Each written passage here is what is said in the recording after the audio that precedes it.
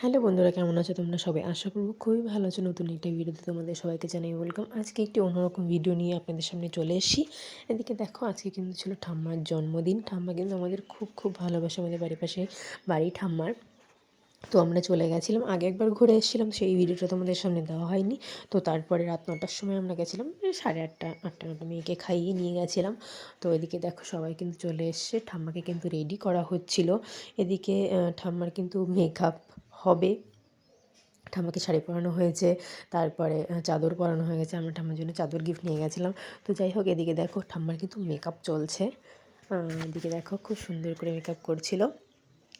ঠাম্মার মেয়েরা, নাতি নাতনিরা এসে কিন্তু প্রতি বছরই ঠাম্মার জন্মদিন পালন করে। তো প্রায় আমাদের নিমন্ত্রণ প্রতি বছরই থাকে। তো আগের এক বছরও ভিডিও ছবি তোলা হয়েছিল, ভিডিও করা হয়েছিল। আমি 2বার যাচ্ছি আর কি। তো তোমরা যদি আমার চ্যানেলে নতুন হয়ে থাকো তো অবশ্যই লাইক, কমেন্ট, শেয়ার করে দিও আর সাবস্ক্রাইব করে পাশে থেকো। তোমরাও আমার পাশে থেকো, আমিও তোমাদের পাশে থাকবো। এদিকে দেখো ঠাম্মার কিন্তু মেকআপ চলছে। ঠাম্মা কিন্তু তিলক পরতে খুবই ভালোবাসে, এর জন্য কিন্তু ঠাম্মা তিলক দিয়ে দিচ্ছিল।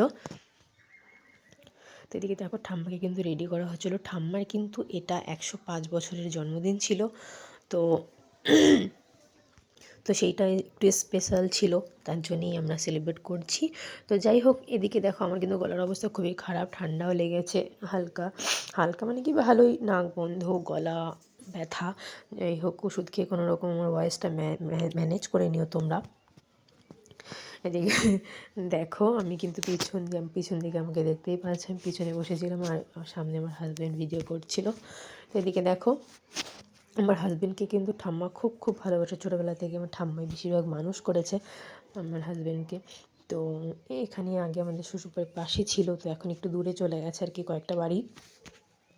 তো এদিকে দেখো ঠাম্মাকে কিন্তু প্রচণ্ড পরিমাণে মেকআপ করা হচ্ছে, কিন্তু ঠাকুমার মেকআপটা পুরো ন্যাচারাল ছিল। মেকআপটা খুবই সুন্দর হয়েছিল, তোমরা পরে দেখতেই পাবে কেমন লাগছিলো ঠাম্মাকে।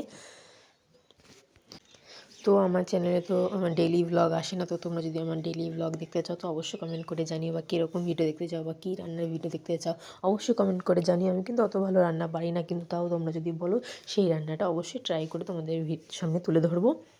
এদিকে দেখো এটা কিন্তু ঠাম্মার জন্য 2টো কেক আনা হয়েছিল, একটা চকলেট আর একটা সাদা, যায় না কি টাইপের ছিল কেকটা, কিন্তু খেতে খুবই ভালো ছিল।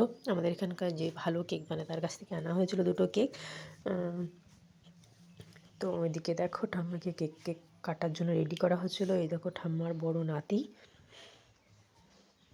আসলে এগুলো করা হয় মজার জন্য, আনন্দের জন্য। জীবনে আর কি আছে বলো, যেটুকু সময় আমরা বেঁচে থাকবো সেটুকু আনন্দ করেই বেঁচে থাকবো। এগুলো হচ্ছে আনন্দ করার জন্য, হাসি খুশি থাকার জন্য। আসলে হাসাতে কয়জন পারে বলো তো?